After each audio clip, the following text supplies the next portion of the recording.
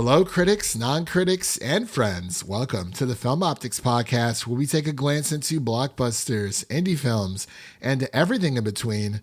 I'm your host, Christian, and as always, I'm joined by my partner in film, Devin. He is back from his nice little vacation over in Florida. And today we're going to be sharing our spoiler-free thoughts and opinions on the latest film titled Abigail by Radio Silence. It is a directing duo. And before we begin today's episode, you can listen to our podcast on podcast platforms around the internet. That includes Apple Podcasts, Spotify, Google Podcasts, and more. And if you are a new or seasoned listener to the show, we would love to hear from you guys. Follow us on Instagram, Twitter, and Threads at Film Optix. That is Optix with an X. Or you can email us at filmoptix@gmail.com for any movie-related questions. Devin, what's going on? You're finally back from vacation. This is take 2 for us. Yeah, round 2. Round 2. But Devin, how was your trip to Florida? You were there for about a week, weren't you? Oh yeah. Did the old Disney World routine and then Universal, and then we confirmed that Universal is in fact better than Disney. It's just kind of how the cookie crumbles, especially if you're an adult. I mean, if you have kids, obviously you're going to take them to Disney. That's just kind of the rite of passage. I was there about 15 years ago. It's the last time we were there. But yeah, especially as a Harry Potter fan, you just got to go to Universal. Like they just recreated Hogsmeade from the ground up. Dude, I've never been, and much like you, the last time I went was around 15 years ago. I was like 12. So, none of this was here. Marvel wasn't acquired by Disney back then. I was, 12 years old. That was like... The funny part is there's actually Marvel rides at Universal still, despite Disney owning Marvel. They have a huge Marvel section of the park. Hey, they're just trying to remind people, like, hey, it's okay if you just skip Disney World altogether. We're still going to have some Marvel-esque things here. But I got to ask you really quick. So now that we've kind of confirmed, at least, from you saying that Universal is better than Disney, is that true for, like, people our age, like young millennials, or would you say that... I guess it depends on if you're a Disney adult or not. Because I know there's like a lot of Disney adults out there who will eat up anything at Disneyland. I've seen photos, I've seen pictures. So did you run into any? It just depends on like what you're there for. I mean, if you're there for the rides and things, then Universal is just better. They just have better rides. Like the roller coasters are just more advanced and just a lot cooler.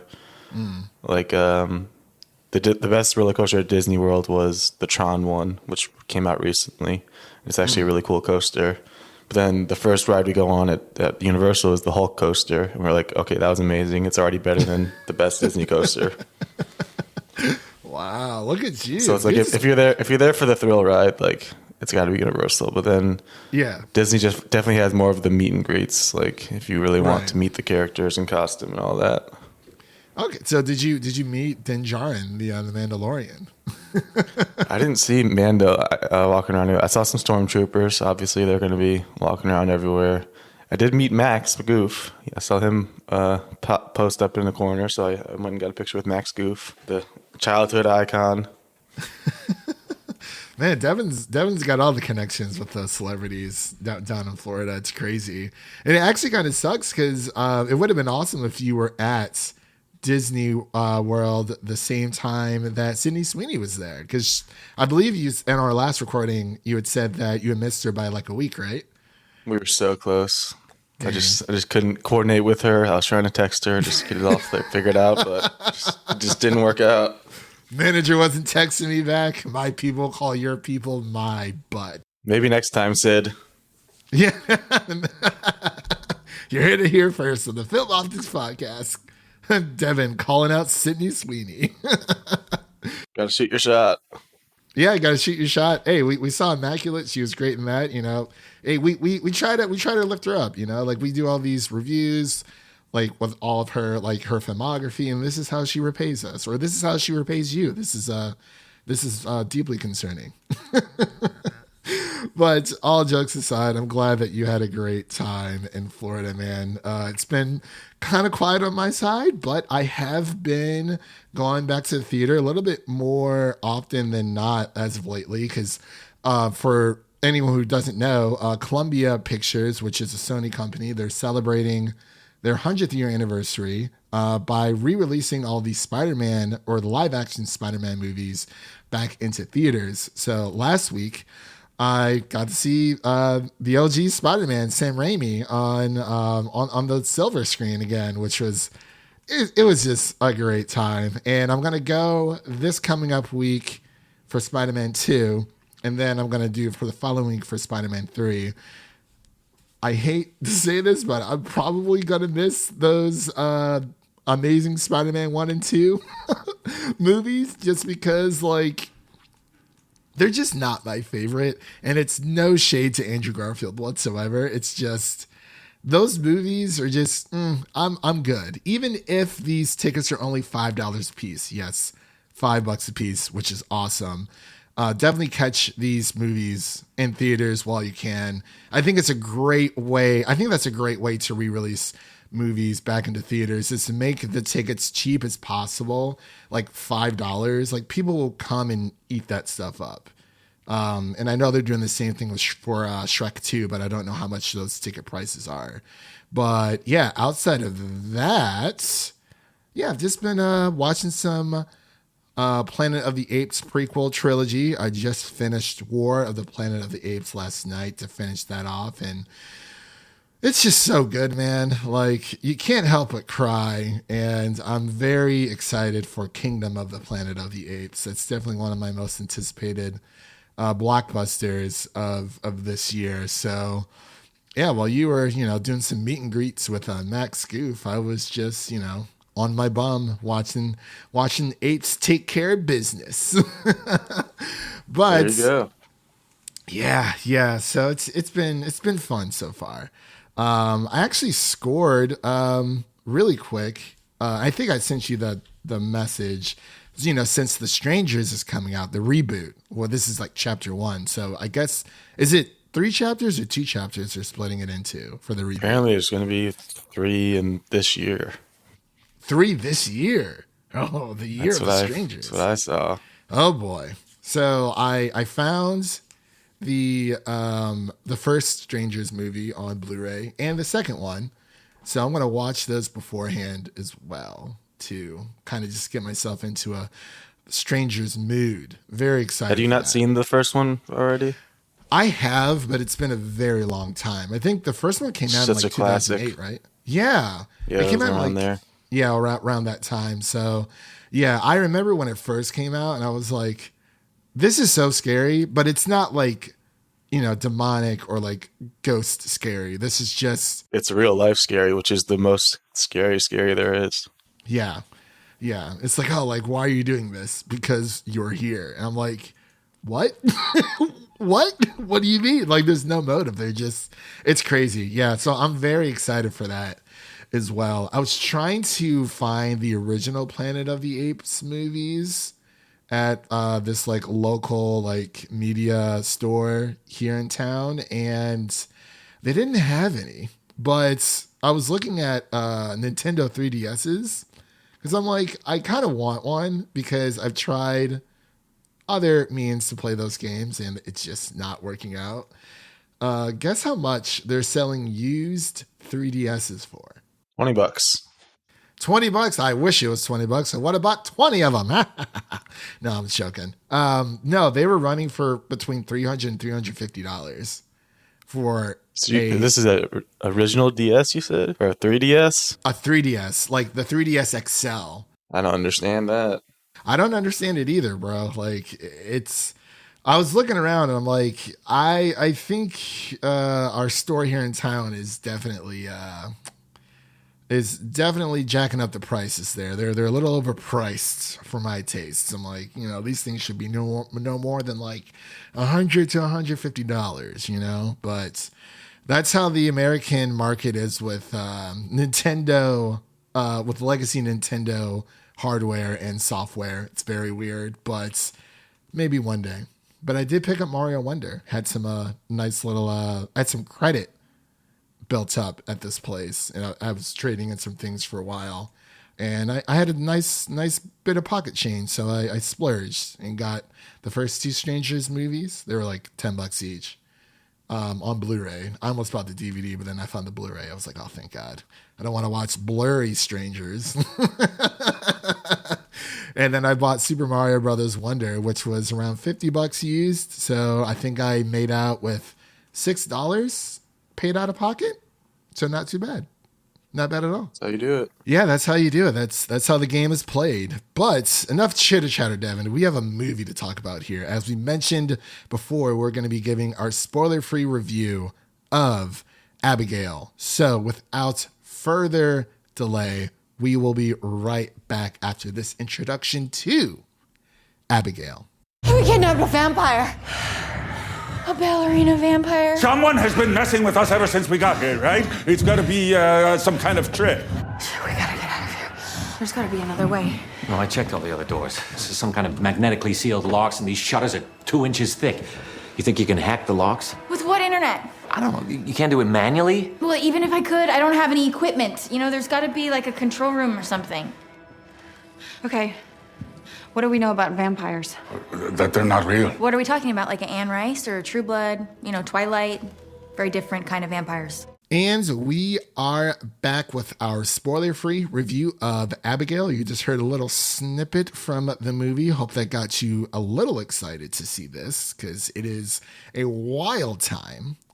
But this film is directed by Radio Silence. Again, that is a group of directors, or a team of directors of two, and that includes Tyler Gillett and Matt Bettinelli-Oplin. And the writers include Stephen Shields and Guy Busick, and stars Marissa Barrera, Dan Stevens, Alicia Ware. We have the late Angus Young playing his final role in this film, Catherine Newton, Kevin Durand, and so much more, including Giancarlo Esposito. So yeah, this cast, there's not a lot of cast members.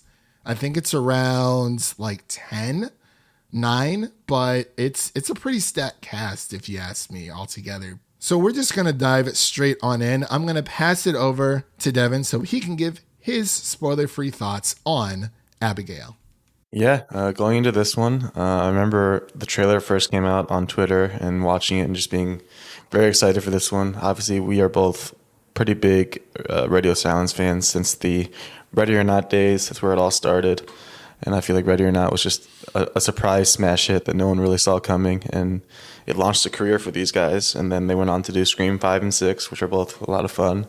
And now we have Abigail, which is definitely a nice new kind of IP they can work with, a new idea, creative, fresh take on a, I guess, like a heist monster movie, you can call it.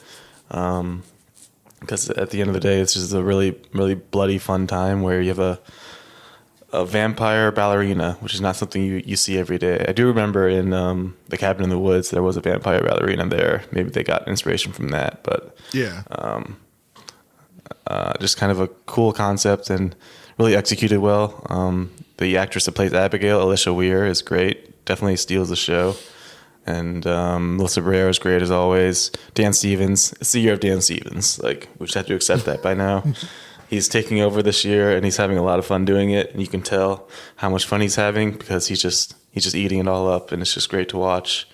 And then Catherine Newton as well, becoming a bit of a scream queen herself with quite the resume of horror movies so far under her belt. So definitely good to see her. And apparently there were some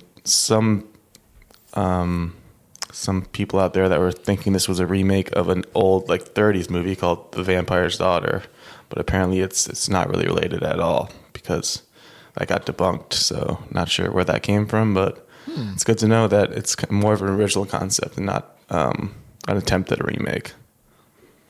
That is interesting. Yeah, I remember you sharing that with me the other day, and I'm kind of glad.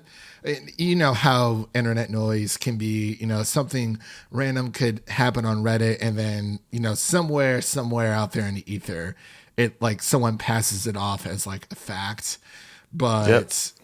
it gets yeah, it's weird because there are some people when it comes to specific movies, not even just saying this movie specifically, excuse me, but just in general, like you can see it with video games and stuff, like people spread misinformation in order to make the film and or game or whatever it may be, the property look as bad as possible, which is just that never really made any sense to me, where it's just like, why waste that much time on something that's, boom, like just a flat out lie. But as far as my initial thoughts for Abigail goes, as Devin had mentioned, this is the fourth film that we have been exposed to when it comes to Radio Silence. Of course, they have done other smaller projects in the past, but as he had mentioned, Ready or Not really jump-started their careers into the horror genre. And I absolutely loved it. Unfortunately, I was not able to go to my screening on, I believe it was the Wednesday before, like the Thursday previews. But I did go the next day on Thursday, right after work. And I loved it. This movie is just under 2 hours. And so much happens where it does have a bit of a slow start. It is that criminals kidnapping a ballerina daughter of like a powerful underworld figure. And they retreat to like this mansion where, they're locked inside with not your so much normal little girl. And of course, if you've seen the trailers, it shows that Abigail is a vampire. She is a 12-year-old girl, maybe 13 years old, and is slicing and dicing, ripping heads and tearing them to shreds. And I think it's such a cool concept that we were able to get this, because the little girl who plays Abigail, Alicia Ware, as Devin mentioned earlier, she did a fantastic job. And she played that role to a T. Everyone in this film, when it comes to the cast, just has the greatest chemistry you could possibly ever have for a horror film like this, especially with Angus Cloud, with this being his last performance on film, as we know of. I believe this is like his last performance before his passing. But back to Alicia Ware, she ate up every single scene.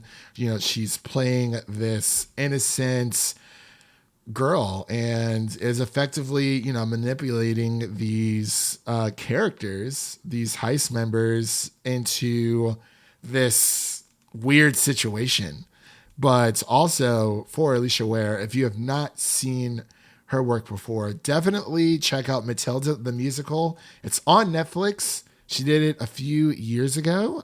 I believe it was about a year or two ago. It is fantastic. And she is great in that as well. And that kind of just, giving her compliments to what she's done in the past and, where she's heading next with her career with, of course, which is Abigail. That's like the biggest 360 or like 180 turn I've ever like seen. It's like, okay, yeah, I'm going to do this Matilda the musical. And like, oh, my next project is going to be Abigail, where I'm playing this bloodthirsty vampire. She likes to dance. She does like to dance. Yeah, that's one thing. It's like, hey, you're not just a vampire. You're a dancing vampire. You're a dancing vampire. How does that sound? And she's like, where do I sign? But as I mentioned before, yeah, it like Devin said, it is a bloody good time. I love the twists and turns of this film, and not knowing where the story was going to go is something that we very rarely see in films nowadays. And as far as we can tell, this is a completely just original property. I think we can kind of count that off as an original film from Radio Silence. And of course, what Devin was saying with their work with Ready or Not, this definitely has that vibe, that feel, but it's a different type of film where, with Ready or Not, it's this, you're playing hide and seek, but it's life or death. This is also obviously life or death because they're facing off against a teenage vampire. This isn't like your usual True Blood. Well, it's kind of like life or more life, because you can become a vampire and live forever. So, Devin, I have to ask you, would you turn? Would you let someone turn you? I mean, if it's between that or death, then yeah, sure, why not? Well, obviously, yeah, between that. But like, would you willingly just do it to be like, hey, I've heard you can do some cool stuff. I feel like it's a tough life at the end of the day. There's no sunlight, no garlic. Onions are fine though. Onions are fine, and They're safe. Yeah, and word on the street is apparently it takes a long time to do like all the cool stuff when you're a vampire. At least from what I've heard. Yeah, you gotta learn. Yeah, you can't just be bitten and then like expect to like mind control someone or fly or turn into a bat. Like vampires live a very long time. But yeah, there's also caveats with that. It's like, man, it's like, okay, what kind of vampire are we talking here? Are we talking Castlevania vampire? Are we talking, the vampires in Abigail with Alicia Ware, with her being the main focus of the vampires? Or I don't know. Are we talking Count Chocula? You know what I mean? Like that's or the Count.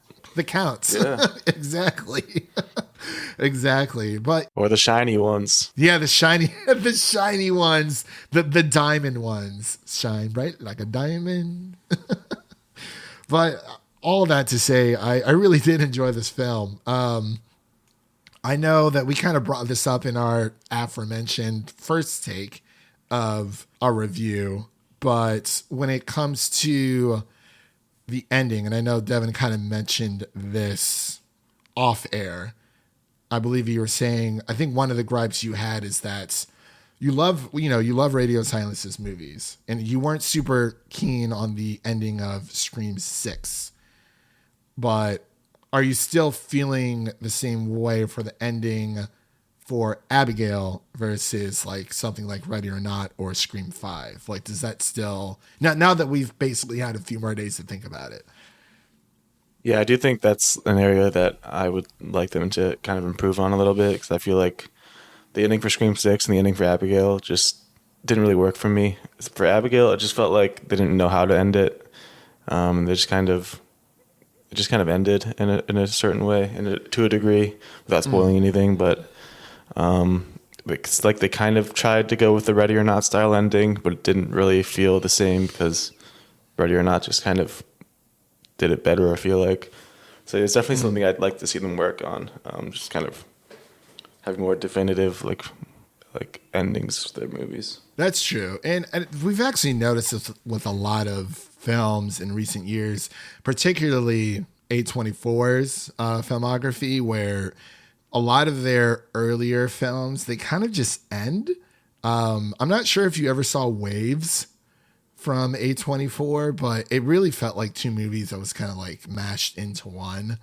And it kind of just ended. Same thing with like The Green Knight, The Farewell. I think The Farewell had more of like it was kind of like a lingering A24 ending. But you also have really good endings from A24, like The Iron Claw, which I think is pretty cool. But when it comes to Abigail, I think the ending was good enough where it's like, okay, everything has been revealed, all the craziness is over. There's a lot of red herrings, twists and turns, but it's more of just, hey, the movie's over. But I think it is a little tough to end a movie like that, because even with X, when we saw that movie kind of just, it has a similar ending to Abigail, if you really think about it, or just, yeah, in a way it does. But the ending is the ending. It's not like terrible or anything. It's just, so much happens in this movie where you're taking on this wild ride, and then for it to all just to end, and it's like, okay, yeah, like now we're done. And then it's like, oh, okay. But it was written very well. I will give it that Like the only negative, I think I do agree with you, Devin, is that, the ending is fine. It's just, could it have been better? Probably. But I'm trying to think how they would end it, because it's like, do they make a similar movie like this? Do they make a sequel? Do they keep it a self-contained story? I'd much rather it probably be a self-contained story, but I don't know. Those are just a few food for thoughts. I think we can get a Meg and Abigail crossover. Yeah, that? a lot of people were comparing this to Megan, and I mean, Killer Girl, similarities there for sure, but I think I did enjoy this more than Megan. Have you seen the unrated version of Megan yet? I think I watched that when it first came out on whatever it was, Peacock. Was it any significantly different than like the theatrical cut of Megan? It wasn't too different. I didn't really notice too much difference, but it's definitely an entertaining one. Okay. But yeah, there's a lot of similarities online when it comes to Abigail and Megan. I think they're both great altogether. I think within recent years, we've been having a lot of great horror films. Even this year alone with Immaculate, and now, of course, with Abigail. And, of course, Devin's favorite horror film of the year, Night Swim, came out in January. Oh, yeah. Can't stop talking about it. I actually did watch Late Night with the Devil last night. Another You good one did? this year. Yeah, it's on Shudder now. It was a nice, quick, short, good time. Nice and easy. Some cool effects in there too. Yeah, it was pretty freaky. I ended up watching it at home as well a few weeks ago, and Devin already knows. Usually when it comes to like possession movies, I'm out. Like, no, I'm good. I don't care if people are talking about how good The First Omen is right now in theaters, but but yeah, Late Night with the Devil was pretty cool. It was kind of freaky, but yeah, we've been on a great horror kick altogether when it comes to just horror films, and I think there's a resurgence in this genre, and I think a lot of people enjoy making films in this genre because you can play around with it. There's so many avenues you can take with a horror movie. Well, it's crazy. Speaking of taking avenues, the word on the streets of Twitter is that a lot of people think that Radio Silence and the marketing crew of this movie, they should have taken the avenue of not revealing that Abigail is a vampire ballerina and saved that for a shocking reveal in the movie itself instead of showing it in trailers and marketing and whatnot. Kind of curious what you think about that, because to me it's like that's the main selling point of the movie, is that it's a vampire ballerina. Like, just those two words together kind of do a lot of selling of the movie, and it's like, if you had a vague trailer that didn't show anything, I don't know if people would have been in the seats for it the opening weekend. Just kind of having that concept is what draws people in, and I think that's an important part. You'd have had to like change the title and everything too, I think. Yeah, at that point, it's almost as if, and we've seen this with a lot of trailers where people complain that studios are misleading their audience to go see a movie in theaters. And we've seen this a lot with the musical standpoint. We've had movies like the Color Purple remake. That's a musical. They didn't really market it too much in the trailer, but I mean, it's there. Same thing with Wonka. Same thing with the Mean Girls. I almost said Green Girls. The Mean Girls musical. And then, of course, we have Wicked Part 2 coming out later this year. And I think, to your point, with people are saying on the streets, the word on the street, I disagree with that.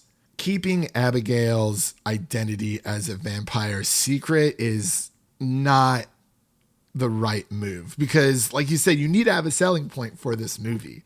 And the fact that Abigail is revealed to be a vampire is literally just the first layer of the cake. There are so many twists and turns that you find out in this movie, and it's like that's not even the main takeaway. The main takeaway is not that Abigail is a vampire. There's so much more within this hour and 50-minute run of a movie where, like I said before, I didn't know where they were really going, And I kind of had my theories, but like they went a different direction as to, I was like, wow, this is awesome. It pretty much gave me everything that I didn't know that I needed coming out of this movie, with it being like a vampire movie. And we don't get a lot of vampire properties or just vampire stories recently. You know, I think the recently was, what was it, last year, Renfield?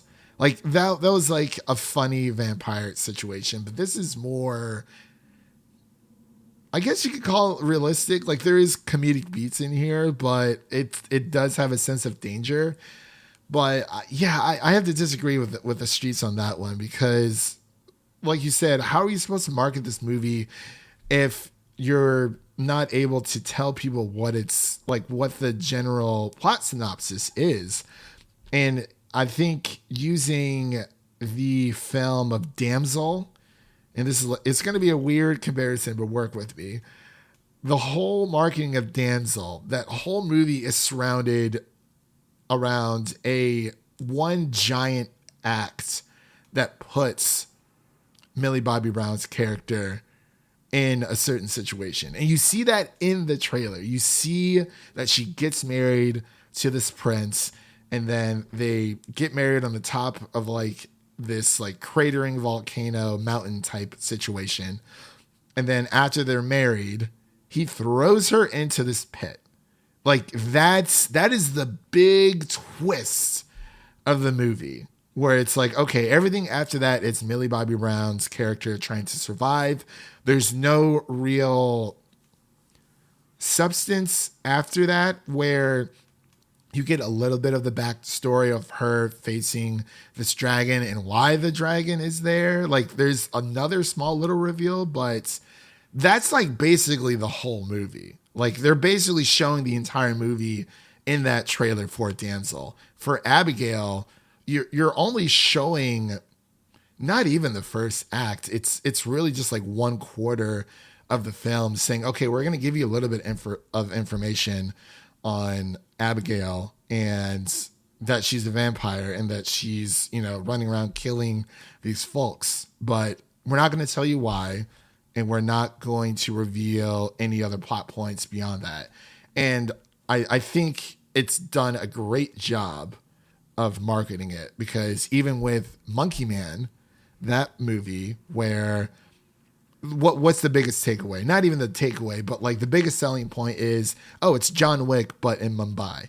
It's like, okay, that's all I need to know. And it's the same thing with Abigail. I literally was texting one of my friends about this the other day, because they asked me, have I seen any movies lately? I'm like, yeah, I went to go see Abigail last week. They're like, oh, what is that? I'm like, oh, it's a horror movie about a ballerina vampire.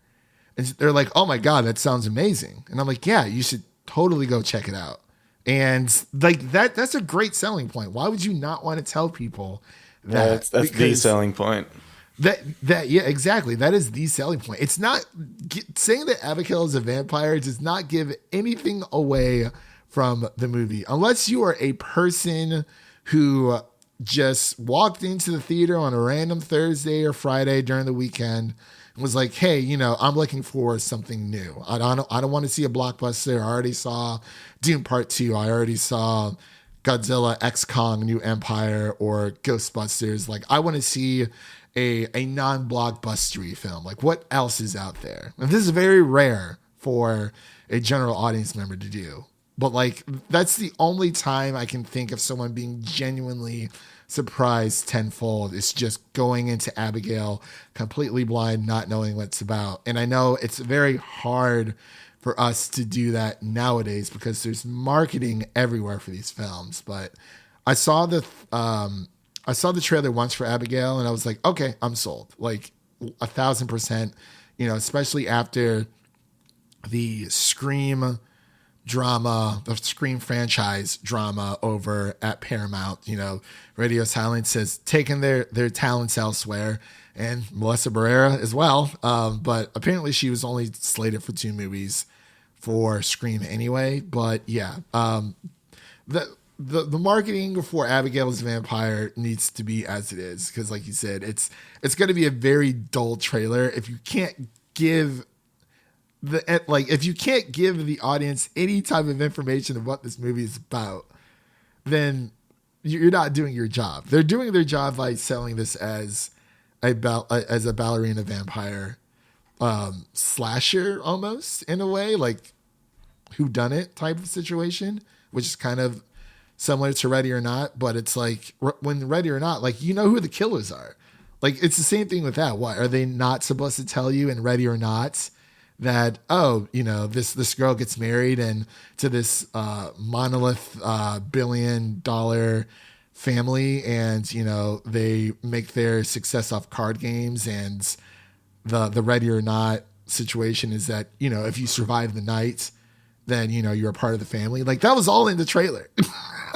But there was more to it than that. So I think Abigail is following those footsteps of Ready or Not. But that's just a long-winded explanation as to say, no, they should keep the marketing as is. And people who are complaining about that need to go somewhere else because that's crazy. But with all that long-winded explanation out of the way, let's get into our final thoughts and our ratings here. Devin, I'm going to pass it over to you so you can give your final thoughts and ratings for Abigail. Yeah, final thoughts on this one. It's just a really, really fun, bloody good time. Rated R horror. Always gets the thumbs up from me because you can just do so much more. There's so much freedom in the storytelling and the visuals, especially. Just so much more interesting to look at when there's blood and guts and gore going on everywhere. So if you're into a lot of blood, then if you don't like looking at blood, then you might not want to watch this one. But it's a very, very bloody movie, like the bloodiest they've ever made for sure. So definitely a good time. Great cast, great writing, a lot of good jokes in there. Very funny, more funny than I was expecting, to be honest. Yeah. But as far as the score goes, like I've mentioned before, I wish the ending was a little bit more well thought out. Just kind of felt like they didn't really know how to end it, and they just kind of stuck it at that. So I'd probably give it like a 78 overall. Just like a really, really fun time, but not quite whole. Yeah, you hit on some great points there. I think a 78 out of 100 is fair. Although I'm actually going to go with an 85 out of 100 just because I enjoyed it so much that, you know, there's so many movies that come out per year, and I try to give these movies their flowers while they're releasing, so long as they're not called Rebel Moon. But all jokes aside, giving it an 85 out of 100. I got an hour left of part 2. I'll save that for a rainy day at some point. But as I was saying, 85 out of 100 for me. Like Devin said, this is a bloody good time. I think you should definitely take your friends to go see this. I would definitely see this again, but it would have to be with friends. I don't know if I rewatch this again outside of knowing everything that happens, unless there's like small things I might have missed, because I think that factors into the rewatchability of a movie where you can watch it, you know, multiple times over and still find small little details of things you might have missed prior. But definitely will watch this with friends again. And I mean, I would own it on Blu-ray because it is like one of those spooky movies that you can kind of throw on during the spooky season, and it kind of just gets you in the mood. You know, it has those Ready or Not vibes, and hopefully we get a second Ready or Not movie, but we'll have to wait and see. But yeah, a 78 out of 100 from Devin and an 85 out of 100 from me, which gives our podcast score the score of 81.5% out of 100 is going to be our official podcast score for Abigail. And with all that said, that concludes today's episode. If you enjoyed what you heard, make sure to subscribe to our podcast on your preferred podcast platform of choice. Make sure to follow us on Twitter, Instagram, and Threads at Film Optix. That is Optix with an X. And don't forget to share an episode of our podcast with a movie lover, whether it be your mother, your brother, or your significant other. Spread the love. for the Film Optix podcast. And now let's take a sneak peek of what's coming up next on the show and what you can listen to as of right now. So for what you can listen to as of right now, you can check out our A24's Civil War review that I covered with Amanda over at AMX NDA Reviews. You can also check out our Monkey Man review, which Devin and I covered together, as well as our Immaculate review. We got to plug in the other horror film that we recently watched, which was amazing. Sydney Sweeney, definitely call back Devin. He's waiting on that call. Maybe you guys can go to Disney. Maybe you guys can go to Disneyland together instead of Disney World, and whatever she wants. There you go. Whatever she wants. And of course, you can check out our Godzilla X Kong, The New Empire review. Those are just a few episodes that you can listen to as of right now. And for upcoming releases, we are going to be covering Shogun Season 1 as soon as that series has wrapped up in its finality, as well as X-Men 97. We're watching that every single week, so we're going to be doing a full Season 1 coverage review once that season wraps up. And we're also going to be covering the movie Challengers. Zendaya is back and better than ever.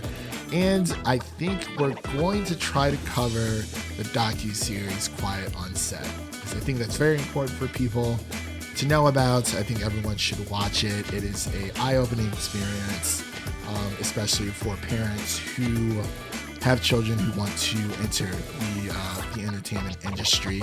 But with all that said, thank you all for listening. If you enjoy the show, please take a moment to leave us a 5-star rating and review on Apple Podcasts and Spotify. Stay connected with us by following us on Twitter, Instagram, Threads, all that social media garbage for the latest updates. That was Devin, and I'm Christian, signing off. And remember, life is like a movie. So go out there and make it a blockbuster.